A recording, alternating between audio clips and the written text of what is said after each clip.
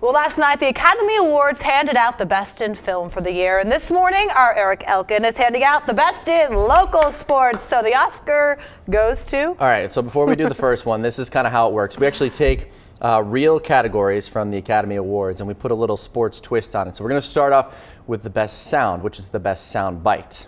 I'm looking at Cardell and he look at Nick, and I say to myself, I know he know that I know what he doing. But he threw it anyway. Like, I guess he just, I felt disrespected when he threw it anyway. So I had to show him why I'm dad and he's son. So I picked him off. So you may remember this, maybe you don't. This is Tyvis Powell. He's a safety for Ohio State. He's going to the NFL this year. This was after Ohio State's spring game, and in that game, you just saw it right there. He intercepted then starting quarterback Cardale Jones, who were, these two are also roommates while in school, and they often refer to each other as dad and son, and Tyvis had bragging rights for the whole offseason because of this. And if you see again at the end of the replay, that's Cardale who comes flying in to tackle him. And then Tyvis gets up and takes a selfie with him to show him that that he was able to intercept him. So a little bit of fun there. Yeah, that was fun. And you know what? I think he was really animated because it was a spring game. It wasn't like he was talking trash. He's actually a great soundbite. You could have picked a million things from him. He's one of the best. That's probably the biggest thing that we'll miss from the media standpoint of Tyvis not being there anymore is his soundbites. All right, now to your directing award. All right, so directing award is actually going to the best head coach. And the best director. Okay, so this is a split decision. I assume this is never allowed at the Oscars, but I decided to make an exception here. It's going to Dayton men's basketball head coach Archie Miller and women's head coach Jim Jaber. Archie led the Flyers to 2 NCAA tournament wins and the round of 32, and this is despite only having 6 scholarship players, if you remember last year.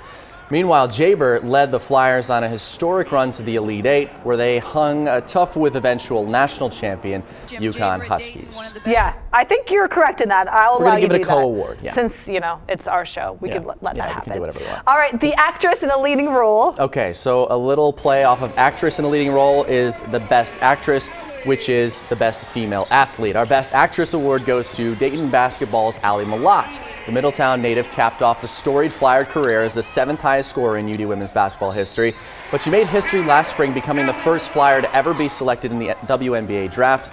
She was taken 8th overall by the Washington Mystics. She scored in double figures in, and I know you could appreciate this, Megan, 32 of UD's 35 games during her senior season. And that's an awesome award for her to get, but I mean, she's going to the NBA, so it's very well deserved. WNBA. Yes. Yeah, she's not going to be the first female to play in the NBA. Although that would be crazy. She would really get a big award for that one. And now do actor in a leading role. Okay, so this is the same as the actress, except we picked the best male athlete of the year. Honorable mention to Luke Kennard, but our best actor goes to Ohio State running back Ezekiel Elliott. Zeke racked up more than 1,800 yards and 23 touchdowns rushing during his junior season in Columbus and finished 8th in the Heisman voting. He was named the Big Ten's most valuable player and averaged 140 yards rushing per game. Zeke had an FBS leading streak of 15 consecutive 100-yard rushing games, and it was snapped in the loss to Michigan State. But that ended up being the only game he didn't eclipse the 100-yard mark for all of last season. And remind us, what is Zeke's future? He will be drafted in the NFL draft coming up in April. Just did the combine this past weekend in Indianapolis. There's a good chance he'll be a first-round pick. All right, that'll be exciting. We'll have to wait and see. And the best picture goes to? All right, so best picture goes to the best overall team, and our best picture goes to the Wayne boys basketball team led by Travis Trice. The Warriors knocked off Westerville South to claim the school's first state championship last March. From there, Ahmad Wagner, now playing at Iowa, who actually played at this, where you're seeing this video right now, yesterday when Iowa was upset by Ohio State. Zarius Williams is now playing for the Flyers, and Dimitri Trice is doing a year prep school at IMG Academy.